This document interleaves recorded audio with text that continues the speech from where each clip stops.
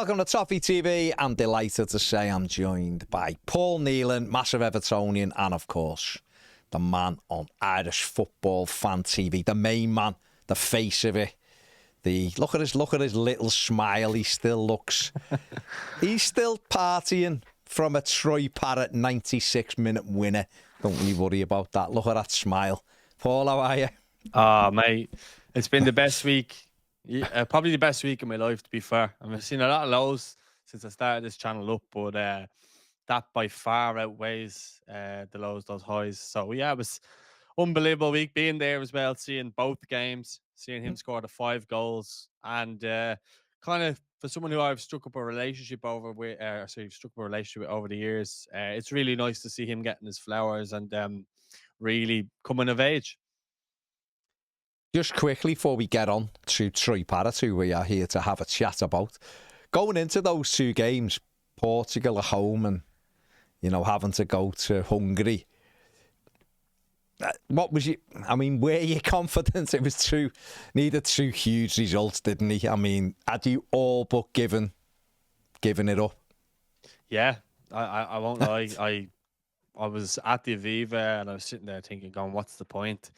Every time you want to kind of get up for the games, and then it's just ultimately comes down to a defeat, or you're feeling low then afterwards, you know what I mean? And we'd be more similar to yourselves. We'd be more wanting the team to do well. We're always kind of pushing for positivity and stuff like that. And then you don't really get it. And then sometimes, players can turn on you and stuff like that as well. So kind of at the point of thinking, like, what is the point? And going into that game, probably as low as I'd felt in a long, long time. So to get the result and the performance that we've been crying out for probably over 10 years, it was amazing. And then going over to to Hungary after beating Portugal, and actually let's enjoy the moment where Ronaldo got sent off and the cheers. That was quite funny as well, and all the memes. Especially after promising your the lad you had doing the interview, promising he'd be a good boy.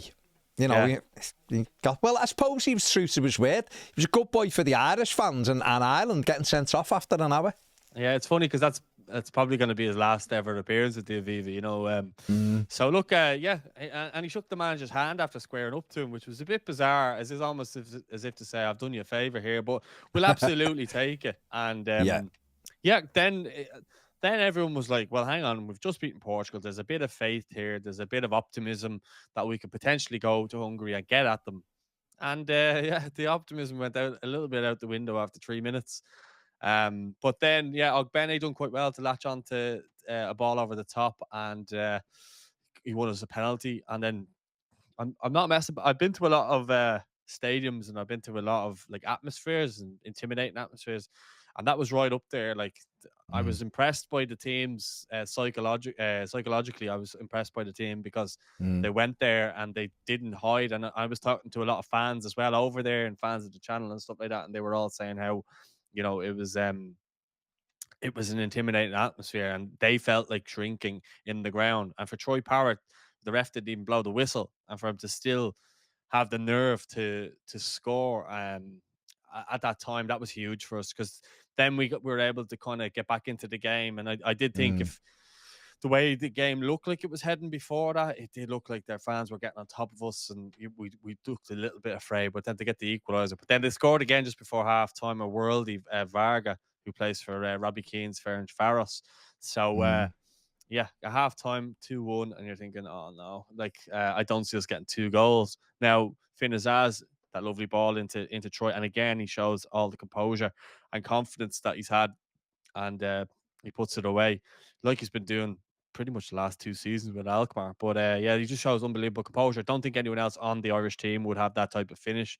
And then I didn't see, like, and no one if anyone in the stadium is telling you that they saw that 3rd goal coming, they're lying to you. But it was so reminiscent of Robbie Keane's goal from the 2002 World Cup against Germany. And like Troy, at one stage he's out where the right back is at one stage trying to close the ball down, and then the ball goes back to Kelleher, and if you watch his run from where he is, he doesn't stop moving, and then Scales wins the ball, and absolute like pandemonium. It was just if you ever wanted a bottle of feeling, it was that, and then the scenes of them all kind of piling on him. It's just unbelievable. Like I honestly, haven't had a moment like that to start the channel. So to be able to sit here and talk about it, and I probably screamed the loudest in the press box, and I think all the other Hungarian journalists weren't too happy. But hey ho, It's life. It's life. Superb, mate. Glad you were there to experience it, and hopefully they can get the job done now in the through the playoffs in March. But we are here to talk about Troy Parrott, who has been linked quite heavily with Everton over the last week. There was a report that scouts were going to the Aviva to watch him before the Portugal game. So, that's obviously snowballed. He gets half of his international goals that he scored in the last 7 days. So that's how much of a purple patch he's on. But, career stats, 212 games, 66 goals. He's got 33 and 61 for Alkmaar. And it's now 1 in 3 for Ireland. So this is someone who you've got to know. What are his strengths? What would you say his strengths are? Well, if you want to compare to where Everton are at the moment, obviously you're comparing Beto and Tierno Barry. What I would say about Troy is he's been coached over the last number of seasons in Holland as the number 9, and he kind of does it in that sort of 4-3-3 Dutch sort of formation. And to be honest with you, his job really is to lead the press from the front, but then also his back to goal play has been really, really good. And what he does a lot is he links the play. And I know Tierno Barry does that a little bit, but maybe not as much as we want to. But Troy has improved tenfold on that in the last number of years. I've watched him up against Premier League defenders last year. I went over to watch him in Spurs against Romero and Van de Ven. And he done quite well, and he was getting stamped on and something like that. But I watched him, and his awareness and his spatial awareness, and then a lot of time he'll just get the ball and he'll pop it off, and then his next thought is just get in the box and get on the end of it. It's something that Beto probably doesn't do. And I'm thinking, without jumping too far ahead, but if he does come to Everton and you're looking for someone to be in that 6-yard box, getting on the end of chances, and you'll probably look at some of his highlights. I'm sure you have. You're a good man for your knowledge, Baz. So I'd imagine that you would have gone and looked at some of his highlights, and a lot of his finishes are in that 6-yard box. Yeah. And he is very good. He's had his hardships. He's had many loans in the lower leagues of England, and I spoke to him about that. I did a video with him last year, around February last year, and he was banging the goals in then. But yeah, he struggled a bit. He was at Ipswich, Millwall, MK Dons, and a few other Preston. Tom Cannon was ahead of him at Preston, would you believe? Yeah. But yeah, no, he was given the wonder tag or wonder kid tag before any of the rest of them were given the wonder kid tag, and he's had a lot of pressure put on his shoulders, but he's definitely coming of age. And I know people are skeptical of the Dutch league and stuff like that, but I think he's shown it now. He did it against Portugal. He's done it against Hungary now as well when it mattered. He's really, really come of age in this last 2 years. He's one of these players who he can turn up with a last minute goal. He's done it a few times for Ireland. He actually did it against Hungary. It was actually him and Seamus were slagging Slobozlai when they were going to the Euros last year, and he scored a last minute winner in that one, having come off the back of a good season with Excelsior Rotterdam. That's who he was with before he went to Alkmaar. So look, he's been in Holland 3 years now. He really seems to enjoy it there. But I spoke to Robbie Keane 2 nights ago. I stayed an extra night, and he said to me, like, wherever Troy does end up, he needs to be going there as the main man. So if he's transferring to somewhere, like, he can't be behind Beto or Barry, he needs to be the starter. So that's kind of where he needs to be. And Robbie also said, which I think is worth noting, he said he's the closest thing I've seen to myself since I retired. So that would give you an indication of how highly he's thought of. Yeah. I mean, in terms, when you look at strikers from the Dutch league, it's mixed bag, really. It's a mixed bag. Said this on a different show. For every Ruud van Nistelrooy, there's been a Mattia Kesman and people like that who've come over with big reputations and unable to do it. I guess he's been come through the English system as it is with Spurs and stuff. And I remember he scored a ton of goals, didn't he, in youth football? Because he was one that they always talked about. But he didn't do great on loan, albeit a young striker. So he's gone over to Holland, and he has done very well in Holland. I mean, in your opinion, can he play in the Premier League? And is he quick enough? Yeah, do you know, actually, when I was watching him the last day against Portugal and Hungary, because I've often heard people say he's slow. Same thing was said about Jake. And yeah, I watched him and I was like, he is actually quite pacey, like compared to what people were saying about him, and he leads the press, he gets everyone around him, and he's not afraid to bark at people and let them know to do their job. But I do think if you're looking at it, if you have Jack Grealish on one side and you've got Ndai on the other and you've got Dewsbury all, and they're playing you in, Troy's going to score goals. I can guarantee that now. I think he would really suit the system now. And you'd probably get him for not that much as well. So I think it will be a gamble worth Everton taking. But I'm kind of mixed here, because if he goes to Everton, I want him to do well and I want him to be in the team and I want him to, hit the ground running. But then I'm thinking, like, if he does come in January and he's not playing by March and we need him for the playoffs, then I'm kind of like, you know what I mean? It's club versus country almost, in a sense. So there's an element in an ideal world, I think he would be a super signing for Everton, but we need him to be playing. And obviously there's the situation with Tierno Barry, and he looks like he's maybe turned the corner. He probably just needs a goal. He might start going on a bit of a run. But I definitely think he's an upgrade of what we have now. And yeah, but I don't think he's in a rush to move, because like he likes the lifestyle over in Amsterdam. I've been over with him and no one really knows him. It's quite, it's quite relaxed. It seems to like that there. And yeah, I think to be honest, it might come down to money. That might be the reason why he goes. But in terms of how he's doing and stuff like that, I honestly think from watching him over the last year, I think he could be the perfect fit. I think he could be exactly what we're missing. Genuinely. Can you clear something up for us? I think I know what you're going to ask. Is he an Evertonian? Not by my recollection. Okay. He's never met. He obviously he follows me, so he will have said it, I'm sure, at some stage. I'm sure I heard him say something about Sporting Liverpool before. Yeah, I have heard both. You see, I've heard he's a red, or another saying he's a blue. So, but I don't know.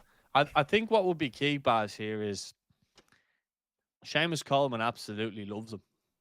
Does he? Oh yeah. You can see that, but even the scenes the other night. Yeah. Sorry, one sec. Does your dog love him? Is this more importantly? He doesn't like my neighbour, but is your neighbour a red? Probably. But, yeah, sorry about that. Anyway, that's okay. Go on. But no, Seamus, I think if he's going to look at coming to Everton, I think Seamus will have the ultimate seal of approval, or whether or not he thinks that he could be like similar to Jake. Like, I think if he loves Seamus Coleman, by the way, and I asked him that because the first thing he said to me when I asked him about Seamus, he just goes, not only is he a great footballer, but he's a very, very, very good captain. 3 varies from what I remember. So there's a good relationship there as well. So again, Agent Coleman could be a factor in this one again. And I think he's shown enough at this stage. I would have said preferably to keep him in the Eredivisie one more year. But I mean, from an Everton point of view, if you want to maybe get him on a fee that won't be as big, I think, even speaking to Robbie the other night, like, he didn't think the fee would be that big if Everton were to go, like, if Everton are going to go from now in January. But yeah, look, a lot of things have to move there. Like, it'd probably be a case of if Beto goes, we could then look at Troy. But I ultimately think it will come down to Seamus and David Moyes having a chat if we're really in for him. But I definitely think that he could be the one that suits us. And I think Everton's proven to be a good home for players. I know Jake had kind of moved around quite a bit, but he seems to be at home at Everton. He seems to really love the club and stuff like that. You've got Mark Mm, Travers there, who's a really good lad around the camp of Ireland mm. and Everton, and you've got Seamus. So there is an element of he could be helped kind of settling quickly as well, which would be huge for us. And look, the ideal scenario is if he did sign for us, we want him to have a second half of the season like Jelavic had when he first came. Yeah, absolutely we would. So you think he could be the answer then? Would he be that? Put it this way, if it was, I won't put you on the spot and say, would you rather have Troy than this player or that player? But if Everton did decide it was Troy Parrott who was coming in, are you saying you'd be quite happy with that? Yeah, just basically, I've seen him. He's scoring regularly in Europe. He's scoring regularly in the Eredivisie, and he's as confident as ever. And even speaking to him, like he mentioned in the interview, he goes like, "I feel like I can score against anyone." That was last year, and he probably Mm. wasn't even having as good of a season last year as he is now. He's on. I think he's probably on what he finished on last year now at He's this on point. nearly like a goal a game already. So, Yeah, but he you he, know, he did for start Alkmaar. he did start the season quite early on because they had Mm. the European games. Because I also I've seen him as well because we went over to the Dutch Cup final. He was playing and he scored the penalty, but once he went off, they lost the game as well. So they do depend on him quite a lot as well. Mm.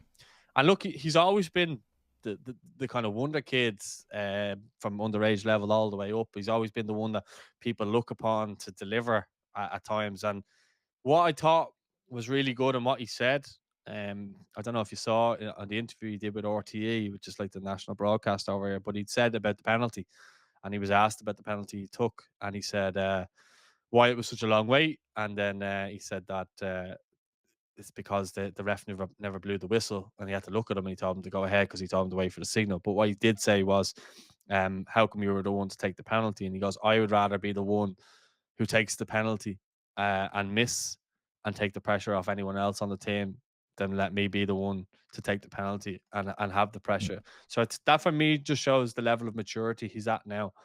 Mm. And he's at a good age, Baz, to be honest with you. I think if Everton were Yeah. to sign him now, and you look around strikers in Europe that are doing quite well, there's not too many. So I think he's right up there. I couldn't think of too many that you'd rather go and get in terms of age profile and everything else and fits into what the Freakins are doing.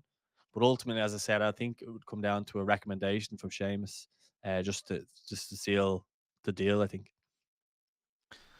Okay, sounds good. It all sounds positive. You know, Everton need a striker. Before I let you go, obviously, Seamus Coleman's hardly featured for Everton at all this season. What did you make of his two performances? And has it given you renewed faith that he could force his way back into the Everton side? At the expense, ironically, of Jake, who's been playing there. Yeah, I mean, I think even you go the month backwards as well when he came in Mm, against Portugal. he Seamus did, Coleman yeah. and John Egan were the reasons why Ireland got the results, and just in terms of where they were in the dressing room, and that's been said, is that they came in and they provided something that Ireland were lacking, and the Mm, manager probably made the wrong move in not having Seamus in there because he was saying how important Seamus was to qualifying for the World Cup and stuff like that, and then left them out in September. And he was saying that in June. And then Seamus come back in, and I know Ped was watching the games, and especially I was in Lisbon, and just the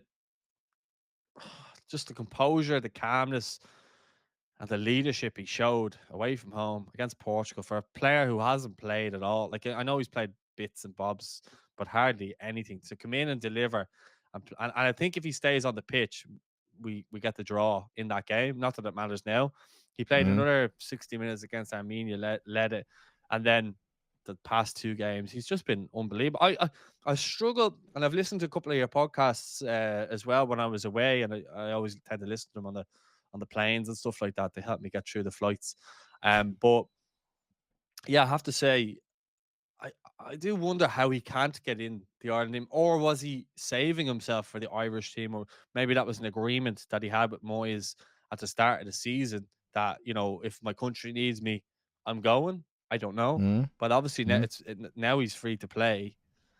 I just think he should be playing more, and he's not mm, slowed down, which considering his injuries, you'd think he would have. he looks in super shape. It's look, I think it's a good problem for David Moyes to have, but I'd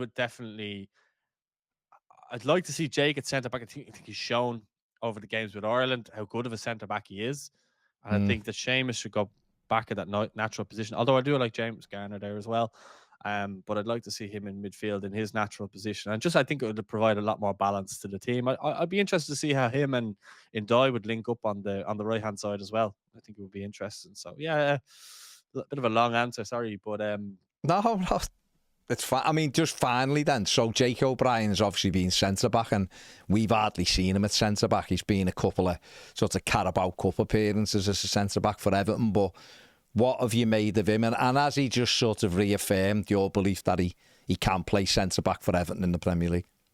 Yeah, I was actually at Newcastle away. I'm sure I was saying this to you last season. And I saw him against, I know Isak was just back from injury, but him and Michael Keane were super together.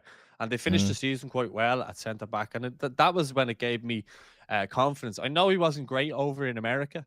I know you were at them games, and I don't think he had performed to his best ability at the time. But yeah, he came in these games and performed when it mattered most. And we've needed, especially with Ireland, we've needed players to come of age. And I think he's shown that now. He's dependable. And Nathan Collins has been up and down, and he's shown he's dependable. So I have no worries about him. Ideally, I'd like to see him in there, maybe with Tarkowski. But I think it's a difficult one as well, Baz, because I think Keane's done well. Can't really fault him for, he's scored goals, he's helped us win games. Again, I'm glad I'm not the manager because I don't have to make those decisions. But yeah, I think he's shown that he's perfectly good enough to slot in there. He just might have to bide his time on that one again, if he is to come in. But I'm glad he's been kind of taken out of right back, because it was a trial that worked for a while. I think once people caught on to it, it then just became a little bit stale. And but look, Ireland were copying the what's the word I'm looking for? The blueprint. Yeah, basically, yeah, exactly. Yeah. So Ireland were trying to copy it, and it didn't really work for us in those games. Not that he wasn't particularly bad either. It's just he's not a fullback. He's a centre half playing fullback, and you can see with many centre backs who play fullback that they have their limitations. But he absolutely has his strengths when he's in centre back, and that's his best position, and that's where he's coached to play. So yeah, I would hopefully look to see Seamus back playing, and I'd be interested to see, can he keep up with the intensity of the league, or what way is it going and stuff. I'd love for one of the journalists to ask Moyes about it now that he's played such a phenomenal part. Without him, Ireland aren't in the position we're in. Genuinely. We'll wait and see. Might be asked this weekend, Paul, in the press conferences. You never know, because it makes sense. He's just played his part in a huge week for Ireland. So once again, congratulations. Delighted for you and the channel that you were there. Good luck with that. If you want to check out Irish Football Fan TV, go and do it on YouTube and all the socials, and check out Paul, all the excellent content he continues to produce as it grows. Paul, thanks for taking the time, and who knows, maybe we will see Troy Parrott in an Everton shirt very soon. Always a pleasure, Baz. Thanks for having me on, and let's hope and pray that he'll join, because I think the more I thought about it over the last while, I just think he'd actually be a super fit for the personnel that we have around him now. There you go. Maybe David Moyes will watch this. Who knows? There you go. Make sure you like, subscribe. Go and subscribe to Irish Football Fan TV as well. Thanks for watching. See you later.